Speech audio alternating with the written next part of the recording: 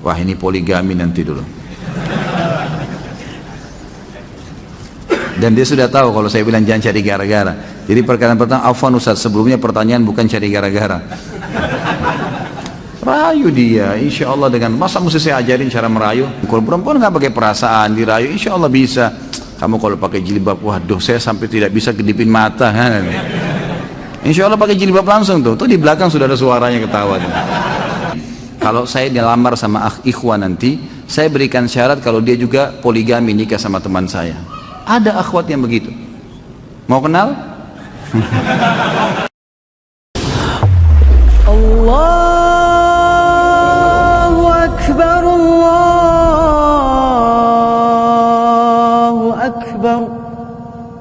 Ustaz, saya bosan dan bingung. Begini Ustaz, saya tinggal di lingkungan keluarga yang belum sunnah. Andai bisa pergi, saya ingin pergi, namun punya tanggung jawab keluarga. Keluarga didakwahin, diajak sunnah, nggak mau. Istri sudah berkerudung, suruh berjilbab yang syar'i, nggak mau.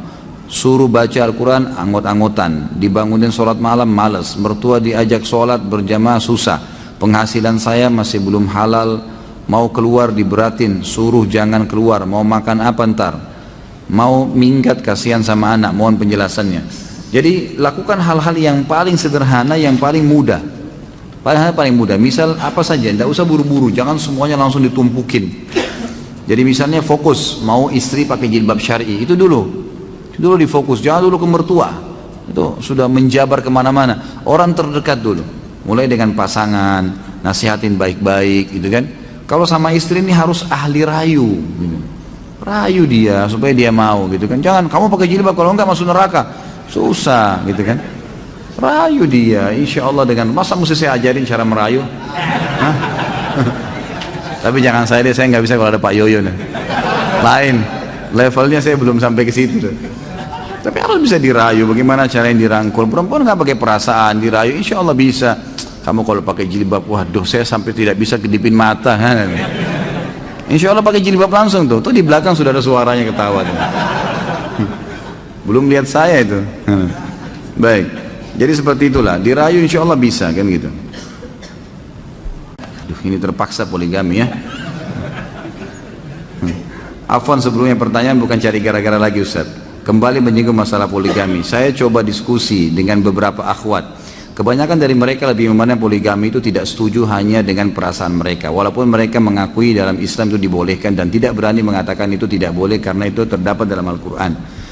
Tapi mereka bilang bahwa syarat utama poligami harus adil. Maka jika sang istri tidak ridho, tidak merestui suami poligami, maka tidak boleh suaminya nekat poligami walaupun semua syarat sudah terpenuhi.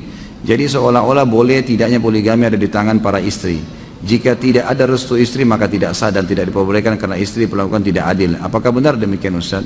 Tentu saja tidak. Tentu saja tidak. Sama sekali bukan poligami di tangan istri, bukan juga di tangan suami. Tapi ini perintah Allah Subhanahu wa Ta'ala. Tapi begini, apa sih yang membuat manusia menolak sebuah hukum? Apa yang membuat seorang manusia menolak melakukan satu perbuatan perintah agama? Jawabannya satu, kejahilan.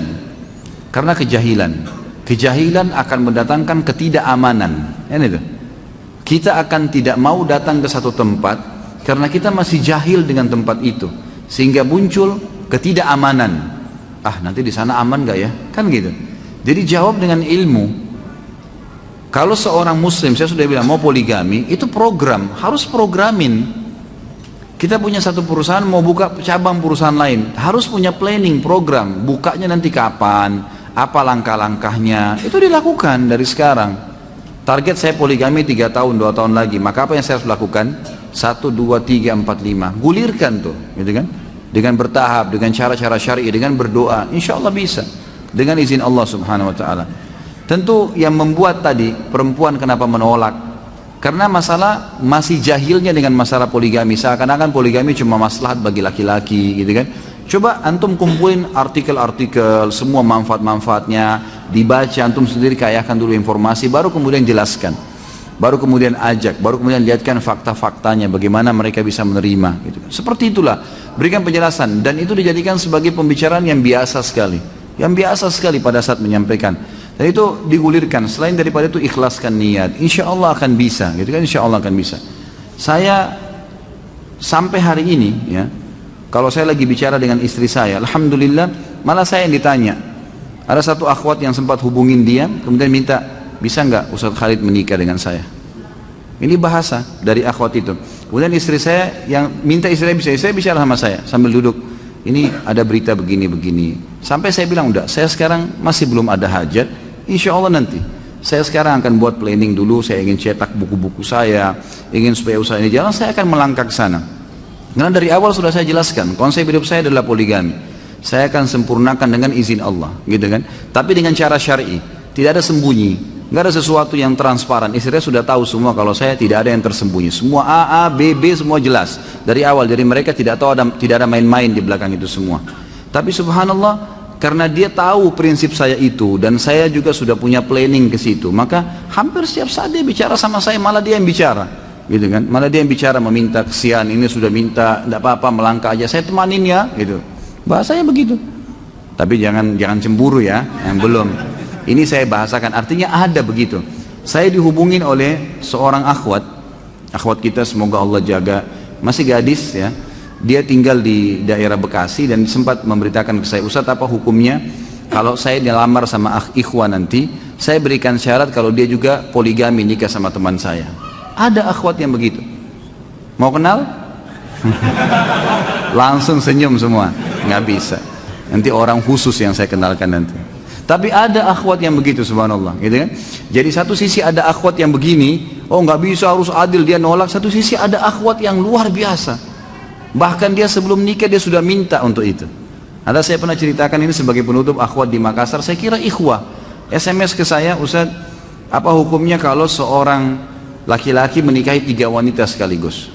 Ini saya ceritakan karena di sini kan dikasih contoh akhwat banyak yang nolak, gitu kan? Saya ceritakan sisi lain, ternyata di alam kita ini ada orang yang menerima hukum Allah, bahkan mereka banyak komunitasnya, gitu kan? Di Saudi itu sampai yang mengadakan seminar poligami para akhwat-akhwat, ada sama saya cuplikannya tapi dalam bahasa Arab mereka ngomong, gitu kan? Nah di sini dia SMS saya, dia bilang, Ustaz, apa hukumnya seorang laki-laki mengkhidbah 3 wanita sekaligus? Saya bilang, hukumnya boleh secara syar'i, hukum. Dia akad pertama, kemudian dia pindah akad kedua, akad ketiga, itu boleh saja. Terus selesai SMS, saya penasaran, saya tiba-tiba terlintas tanya, kenapa akhi bertanya begitu? Mungkin ada sesuatu hukum yang mau di follow up setelah itu. Dia bilang, saya salah satu akhwat Ustaz, dan saya sudah sepakat dengan 2 orang sahabat saya untuk menikah dengan 1 suami. Ini bahasa mereka, mau menerapkan poligami sebelum nikah. Ada orang yang seperti itu. Kalau iman sudah berbicara, teman-teman sekalian, yang pengecut jadi berani, yang malas jadi rajin, yang miskin jadi kaya, yang lemah jadi kuat. Iman yang bisa mengubah itu semua. Kalau iman masih belum ada, itu susah untuk dibahasakan, gitu kan? Jadi ini semua bahasa-bahasa yang saya lihat karena belum masalah keimanan. Allahu a'lam.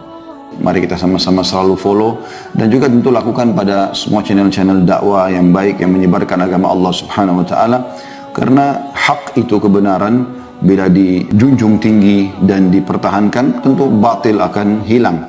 Namun kalau kita tidak bekerja sama dalam mendukung kebenaran, maka otomatis kebatilan akan merajalela.